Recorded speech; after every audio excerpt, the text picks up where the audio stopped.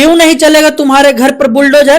तुम्हारा निजी जमीन है तो रजिस्ट्री दिखाओ, तुम्हारे बाप का जमीन है तो रजिस्ट्री दिखाओ, और नहीं तो बुलडोजर तो चलवे करेगा।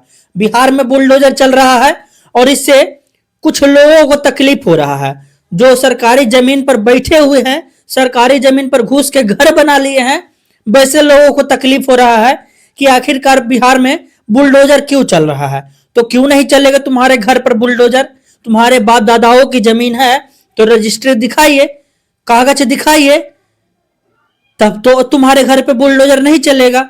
और अगर आप सरकारी जमीन पर कब्जा करके बैठे हुए हैं, अगर आप सरकार की जमीन को चुरा कर बैठे हुए हैं, अगर आप सरकारी जमीन पर जबरदस्ती घुस कर बैठे हुए हैं, तो आपको उखाड़ फेंकने की जिम्मेवारी सरकार की है और आपको सरकार उखाड़ फेंकेगी।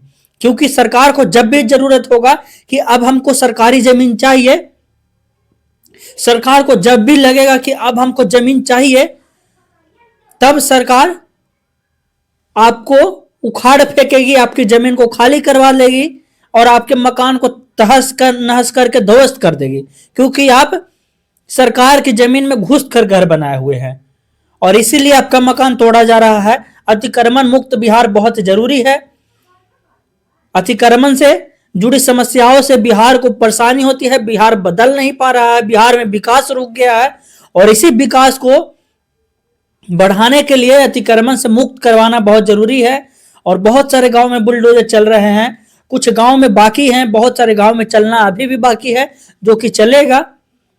आप लोग अपने अपने ब्लॉक में जाइए, अपने अपने कार्यालय में, अंचल में जाइए, वहां पे शिकायत दर्ज कीजिए। नहीं होता है तो विजय कुमार सिन्हा को आप लोग शिकायत दीजिए, लोक अदालत में जाइए। लेकिन आपके घर पे, आपके गांव पे बुलडोजर चलेगा अगर आप गलत है तो।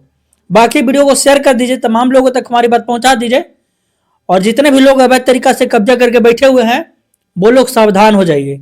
धन्यवाद।